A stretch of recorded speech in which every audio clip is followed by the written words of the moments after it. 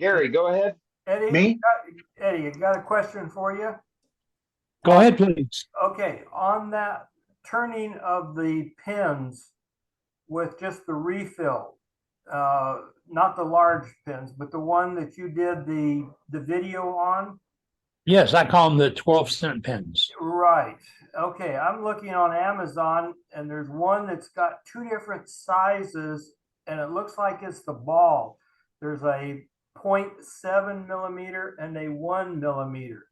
Do you have any ideas going that far back of which kind or size would it be best for me to order? That's probably off the wall, but still. What's the dimensions again, Gary? 0.7 millimeter or 1 millimeter. And the dimensions are shown in the description as it may be the ball size. Yeah, it's a Yeah, that's Gary, the ball that means size. fine That point is the ball or size. medium. Okay, so that's just if it's a fine point or a medium point. Okay. Right. Correct. That, and do you need, I think in your description, you turned a coriander tip for it.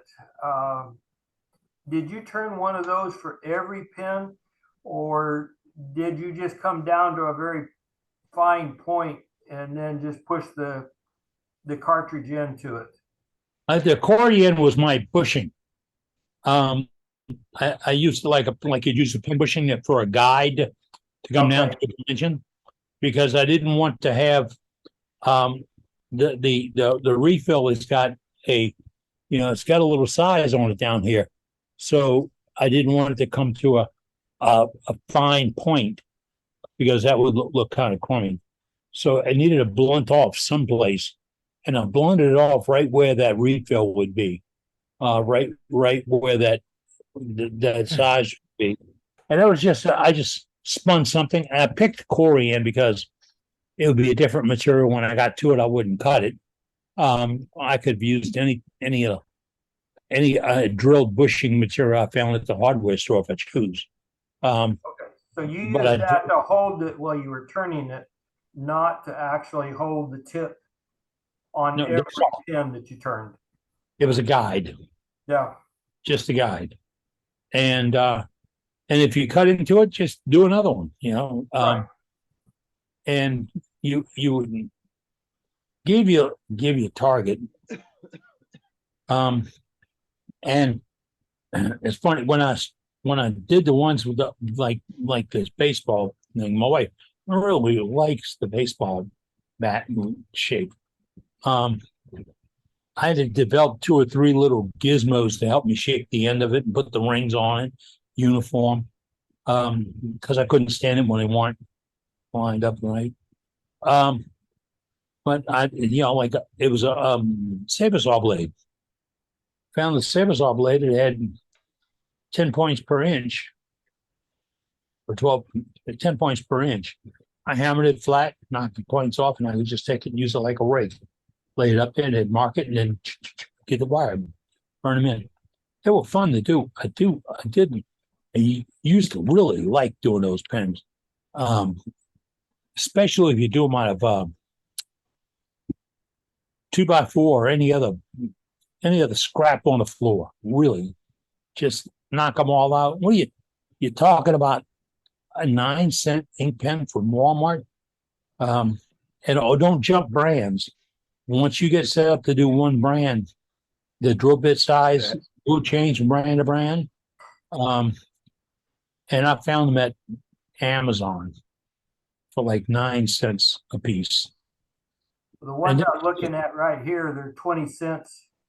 You can get 30 for $5.99. That's 20 cents a piece. That's still dirt cheap. Yeah, it is. Might be able to find it even cheaper. But all that, and I probably got 200 or 300 pens back in boxes, and here's one Gary, for I think, 100 Gary, pens, I think and they're 7 cents a piece. So Gary, you can probably go to Walmart and get a bag of Bics for $1.99 for 10. Yeah. And then just pull the ink and the point out of it. Yeah. especially at the end of school season, at the end of Or school. Costco, the big family packs, Yeah, all that stuff's on sale right now. yeah, big deal because of everybody going back to school. Yep. Well, everybody should have their school supplies bought by now. I think they started school last week or this week for the traditional school folks. So And that makes a there's great an freedom option. pen. Don't shy away from it. They make a great freedom pen because you're giving that troop or those troops something you made your shop, your hands, as a thank you. And it really does make a difference. Tim Hatch just put in here. Thank you, Tim. The 12-cent pen. My drill bit's been the 5/32 by 6-inch long aircraft extension. I always got them at Granger or MSC Direct or McMaster Car. And that is, if you have the drill bit and you have a chunk of wood, that's what you need. That and a little bit of talent. You don't need a mandrel. You don't need any of the gizmos or gadgets. And it's going to teach you a lot about turning and drilling, because when you do this, you're going to say, wait, you didn't really do that. Yes, but more than you didn't really just do that. Think about the physics and use those physics when you do other turnings. And think about the torque applied on your drill press. Put that 6-inch bit in your drill press, put it at the end of a board and push down and go through a piece. And then let's take a bet. Will it come out 2 inches down, 3 inches down, 4 inches down, 5 inches? Where is it going to walk out of that board? Why? Because you got a quill torque. So, well, wait, how can you drill if that happens all the time? Right here. There's no quill torque. It's right here. I'm controlling it.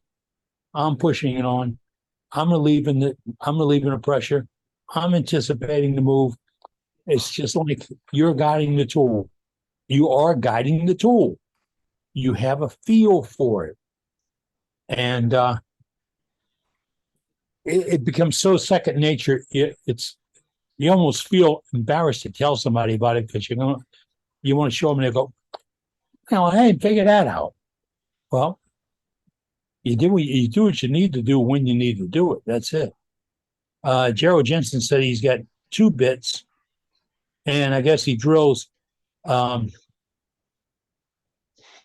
certain distance one, then he uses another one to drill deeper. I tried that, and I accidentally fell into this. There's a machinist supply repair place nearby, and I gave the guy one of my pens, and he asked me how I drilled it. I said, well, it took a little bit of time. I had weld the bit up. He went over the counter and got me 2 or 3 6-inch bits and said, "Here, try these." I was a novice. I didn't know they even had it. And then I was hooked. So, Yeah, I got both the 1/8 and the 5/32. I got both of these from Amazon, and landed cost was with sales tax was like $7 each, to where I didn't even try and go to McMaster or any of the others, because by the time you add their freight, you're up in probably $10 or more. yeah, and you got to belong to the club or something. Yeah, these are Bosch, so they're not bad quality. No, never let that bit touch anything except wood. Never. Yeah. Or the plastic of the holders to keep it safe when it's in the bin. That's it. And who said was it Scott last week that showed us that he put us back in a case, in a little plastic case? Yes. Yeah. Yep, If it comes with one, put it back in it. Yeah. right there. Hold on, pop them up. There it is. Scott's got it up. Don't. Right there. Goes Yep. in there every time it goes back. I used to find those laying on the floor next to toolboxes all over the place.